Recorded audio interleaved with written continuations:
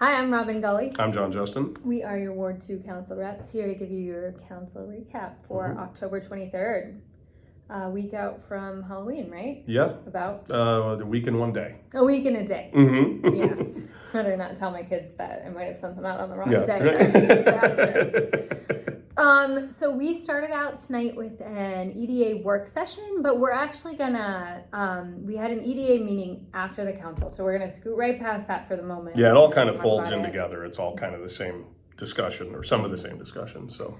We're gonna start with open council work session, where, do you wanna talk about the first thing on our agenda? Yeah, so we are working, and we're in the early stages, but we're moving forward with the idea of having a junior council member, which would mean there would be somebody, West St. Paul resident, between the ages of 16 and 18, that would come and be a non-voting member, but would join the council and be able to give input, able to ask questions, give us perspectives that we might not be getting from people in that age group, because none of us are in that age group. I'm not even close. And so it seemed like everybody was really excited about it. And, you know, it's something that's been tried. The program comes from Centerville, does this. Thanks, Centerville. Yep, and Councilperson Barry brought it to us after talking to the mayor of Centerville and hearing how excited he was about it. Discussions have been had with Two Rivers. The principal there is extremely excited as well. Everybody's really excited about it. And, you know, we do have to do a little bit of legal wrangling and some stuff like that. But yeah, it looks like something we'll be moving forward with. I don't know how long that takes, but I think it's exciting. I think it'd be really fun. And I think it's probably a perspective that it is a little harder to connect with, you know? And so getting that access to staff in the city, and I think it'll be great. So hopefully we'll see that coming back sooner than later. Yeah, and we just to add a tiny bit more context, we will still have to, you know, I think it'll be the school that kind of figures out how someone gets elected or appointed to that role. They may come out of student governance, or that might just come out of my head. But one way or another, I think they were going to kind of start reaching out to student organizations that they thought might have interested students to find out if they had folks they'd want to put forward. And we considered the possibility of opening this up and having positions on like the committees as well. Which I think would be, I mean, just speaking from the planning commission perspective, that would be a really useful voice to have at the planning commission. It really would. Because when we're talking about things coming in and how they should be and access and all that stuff, if we're not hearing from people that are in that age group and can represent that age group and younger, we're missing a big piece of what's key in how we develop our city. And so I hope we can move forward with that, and maybe the trickle down, if we get a lot of great response to this, maybe there'll be some spots for people that maybe weren't the one person chosen for that, but might have interest in our other committees, all of which could benefit from this perspective. And I think Councilperson Arman's the one who brought that up. Yeah. And I couldn't agree more. I think the more the merrier. I think it'd be great. And I think we're all really big believers in the idea that different perspectives really matter, and that we try as we might, and we do our best to see things from lots of different angles, but that we only get to bring our own lenses, and so it's really important to have folks who have different perspectives. And certainly, a 16, 17, 18-year-old from our high school would have a different perspective and would have different lens to look at the decisions that we're making. And so they would be a non-voting member, not elected citywide or in a ward or anything like that, but would be able to be sort of an advisor. So listen, if you have anyone that you think might be interested in this, we would love it if you would tell them to just reach out. And keep an eye out for this moving forward. Yeah. The next thing on our agenda was talking about some personnel policy changes. And I really love the fact that here in West St. Paul, we work very hard to have a great city culture to work for. So we have some really good personnel changes coming. Some of them are probably like not that big of a deal to most people on a day-to-day basis, like eliminating gendered pronouns from our job postings, and then allowing people to tell us who they are and their identities, and just being like respectful of that. And we've always done that, or I should say, like, as long as we've been here, we've been doing that. But It hasn't really been institutionalized quite as clearly as it is right now, which I think is key. Having it in our policies that we say, like, this is how we are as a city, I think feels really important. We've added our values into the personnel policy. So the values that we've sort of come to through our strategic planning processes, the values that are in there are ethical, efficient, innovative, equitable, and fun, which is always a good thing. We clarified our DEI language. We are implementing earned, safe, and sick time in line with state statute, which I personally worked on, so it makes me really happy. One of the things that we're doing is we're creating a policy for part-time employees only that will allow them to actually cash out their sick time at the end of their term. And the reason is that for a lot of part-time employees, they work over the summer, and as a city, we both want them to be able to take advantage of it and have to by state statute, which is great. But also we don't want people to call in sick for their last couple of days just because otherwise they lose these days off. Exactly. So our city manager and city staff are working on that and should come back to us with policy recommendation, but I think it's great. We're gonna now have a policy that folks can trade out up to 3 holidays per year. That's been kind of the practice has been that people get to celebrate whatever holidays they celebrate just by letting us know. But this just kind of puts it in policy that if you don't need Christmas off, but you want to take, Yom Kippur off, you can just do that, which is great. And then we got rid of our city dress code and now have a dress for your day policy, which I just think is like pretty typical in a lot of office environments these days, and just gives people the flexibility to like be comfortable in their space and to do what they need to do. All right. So then we were on to the council agenda, and the first thing yes, so we were joined by a group of scouts, Webelos, I believe, tonight, who are doing kind of I didn't write down what the term is, but it's a program that they're working on that I think is about civic engagement and things like that. Make your community, make a great community, or something. It was something like that. I'm making the exact words, funny aside, the scoutmaster that was there is somebody that I've known for several decades since he was older than a Webelo. And I just want to give a shout out to Sam. It was great to see you there, and thank you for doing stuff in our community to kind of bring kids that young into a government meeting and have them see kind of how it goes. And they didn't look super bored.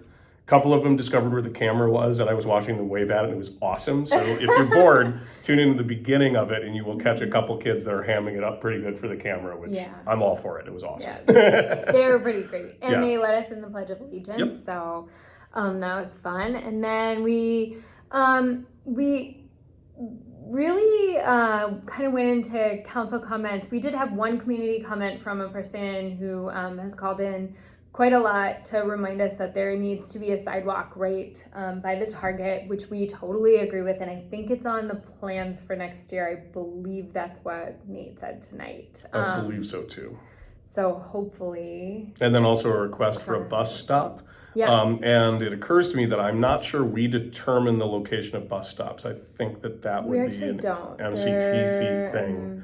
But we did take, or not MCTC, wrong abbreviation. But I think that probably having that come up in that phone comment, even though it's not something that we do talk to Metro Transit, and I'm sure that that's been noted for a discussion when we're looking at the next plan for Metro Transit. Hopefully we can get that bus stop in there, because it's by a lot of multifamily housing, which is often a place that bus stops are really crucial. So and so we can always use more bus stops. And I feel like this is a good place to mention, although this is not at all part of our council meeting tonight, but I did have a long conversation with Metro Transit the other day at our Latina Heritage event, which I'm also going to give a shout out to in a minute. But and they are planning for bus rapid transit down Robert Street, and it is going to change our transit options pretty significantly.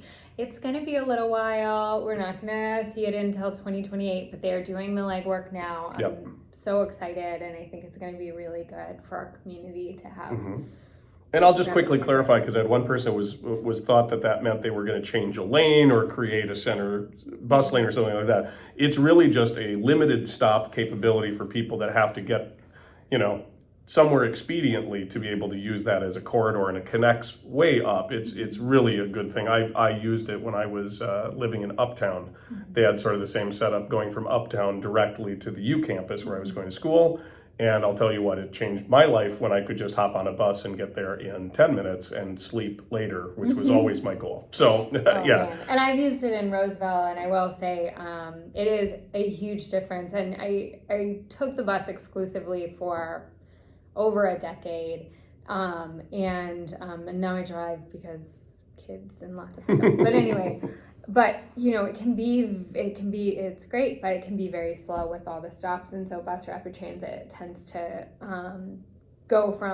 have stops that are further apart. So you can get to the major intersections a lot faster. But so the short version is no, they won't be tearing up Robert. No, they won't be changing anything. No, they're not ripping up the median. Because I did have somebody ask me that at my store. Yeah. I was like, no. They thought we were doing light rail. Like, nope. Nothing like that. No panic. And no, this wasn't even on the council agenda today, but it does feel worth bringing up anyway, because it is going to be an important thing. And then we talked about, so we had council comments, and the main one was a big shout out for Latina Heritage celebration. It was our very first one. We were lucky to have, I worked with Representative Maria Isa Perez Vega to sort of spark interest, and then we brought in the city, we brought in the school district. We had great support from a lot of community organizations. We had food, we had dancing and music, and just one of the coolest cars I've ever seen. So many cool cars. The motorcycle club. It was so much fun. A great first event and a great event to build on. So thank you so much to absolutely everyone who came out. And if you didn't get a chance to come out this year, I fully expect that this is going to become an institution in our city. And so you'll just keep your eyes open for next year. Then we moved on to our public hearings. The first one was incredibly uninteresting to most people. It was about the city vacating an alley that isn't actually an alley, and it couldn't become an alley. So some property owners just have gotten back property that has been held by the city.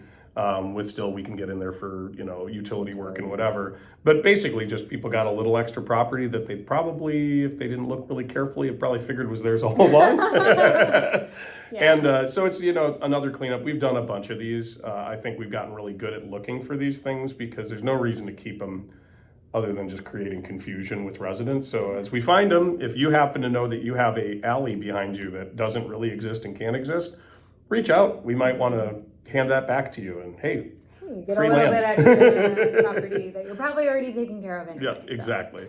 And then we some more bookkeeping stuff. We did some special assessment hearings for administrative citations and miscellaneous charges. This is something we have to do once a year because in order to put unpaid things onto the tax rolls, they go onto people's property taxes if they're just unpaid debt to the city.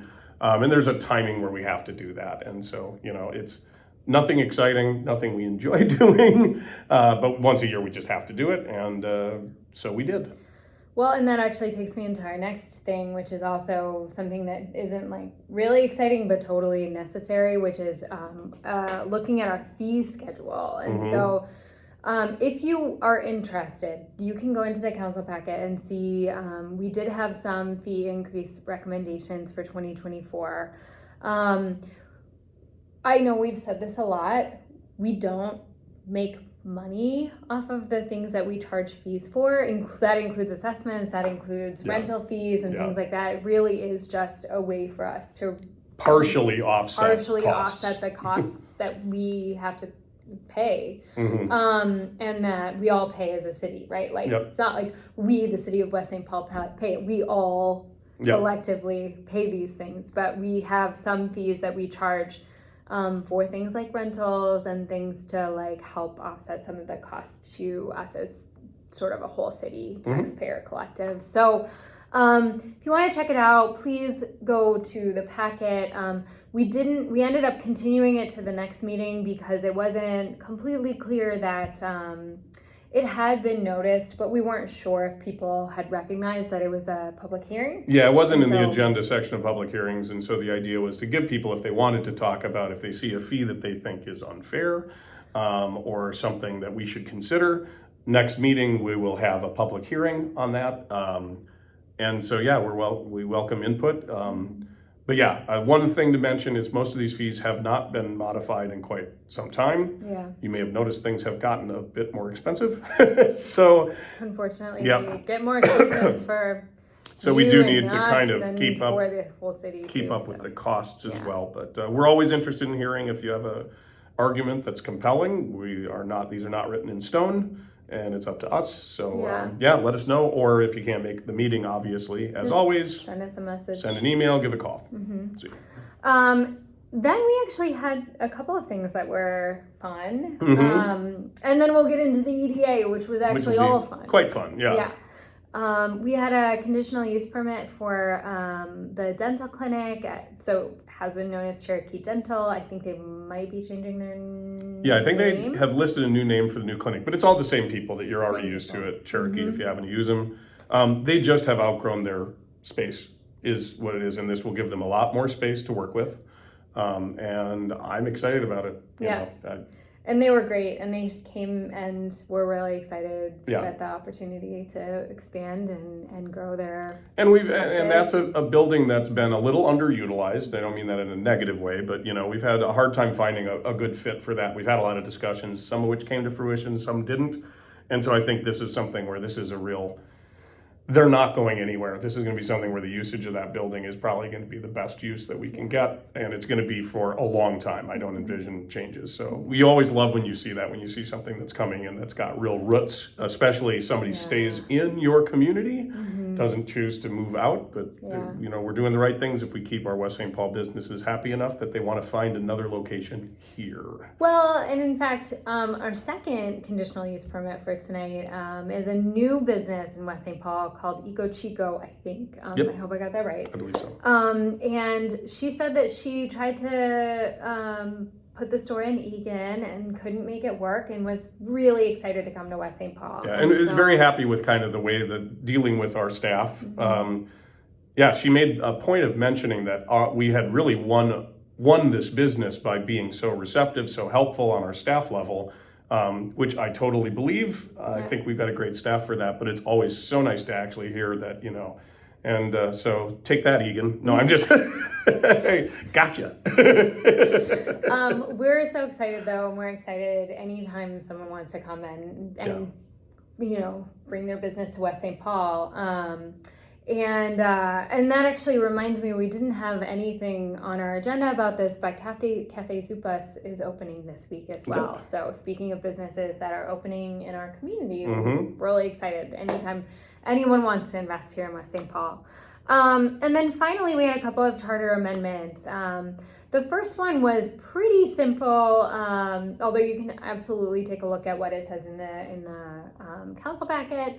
But basically, we had made it so you weren't allowed to get paid to get petition signatures on some things, and so we just are bringing that in line with Supreme Court decisions that say that you can't say that that's illegal, but also like it's people like that's a thing that people do all the time. It's not And I'd like to give a shout out to the Charter Commission, which probably doesn't get enough recognition, honestly, because they actually, originally the idea was just to strike it entirely, but part of what that had was also clarifying, even though this isn't legal on a general thing, but keeping it in city code, that you cannot reimburse or pay people to sign a petition. And so if we struck it all, I thank the Charter Commission for being thoughtful and saying, well, we do have to change this because we can't not pay people to go door to door to get the signatures.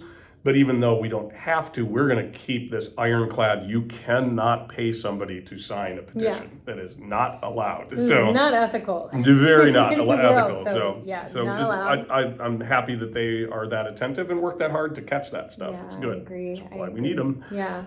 And then the second one was... it's sort of a discretionary income thing. So there are some things that the city is statutorily allowed to pay for. There are other things that the city is statutorily not allowed to pay for. Right. And then there's this state statute. Yeah, and there's this gray area in the middle where there are events and things that obviously have a public purpose, that are a positive community thing, but they don't really fall into those two groups. And so what this does is it allows us, the city council, to have these things brought to us, and then we can allow limited expenditures. It's not going to be anything huge, obviously. But so if there is an event that we're participating in, that we can assist in some monetary way, and that can be, I think, as simple as just letting somebody for no fee use our grill, or letting somebody have some of our, our staff show up to assist with an event.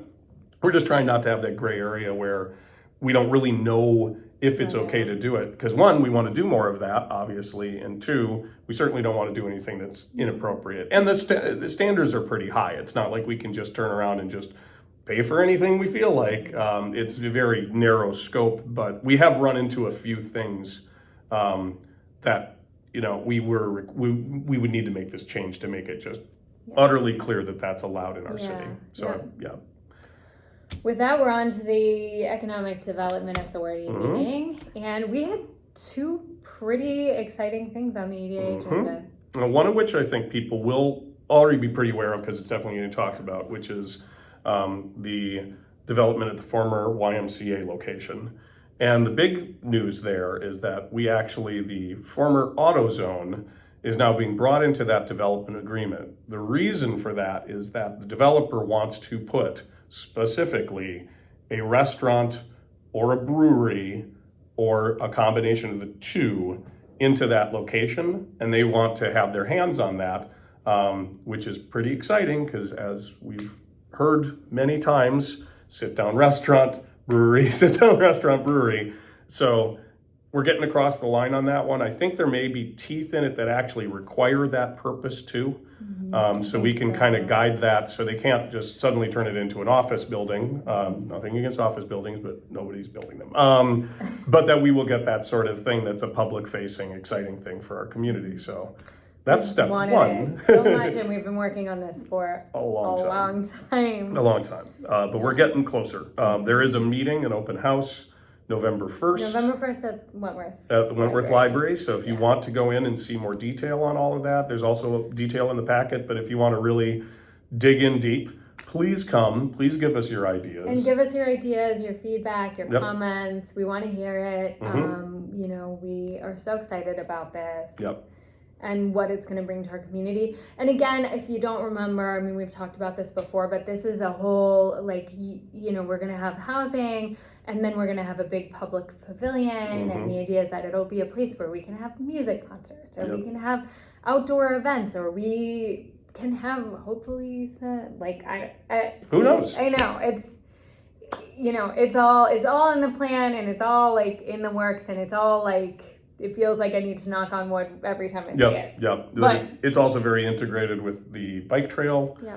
All of that whole area is kind of flowing together, and this is not the final piece, but probably the most major piece is this part. And I like what I'm seeing. It'll evolve. We all know that it always does. But and we have to give a big shout out to our state reps who and our state senator who worked really hard to help us make this possible by allowing us to use TIF funding for this.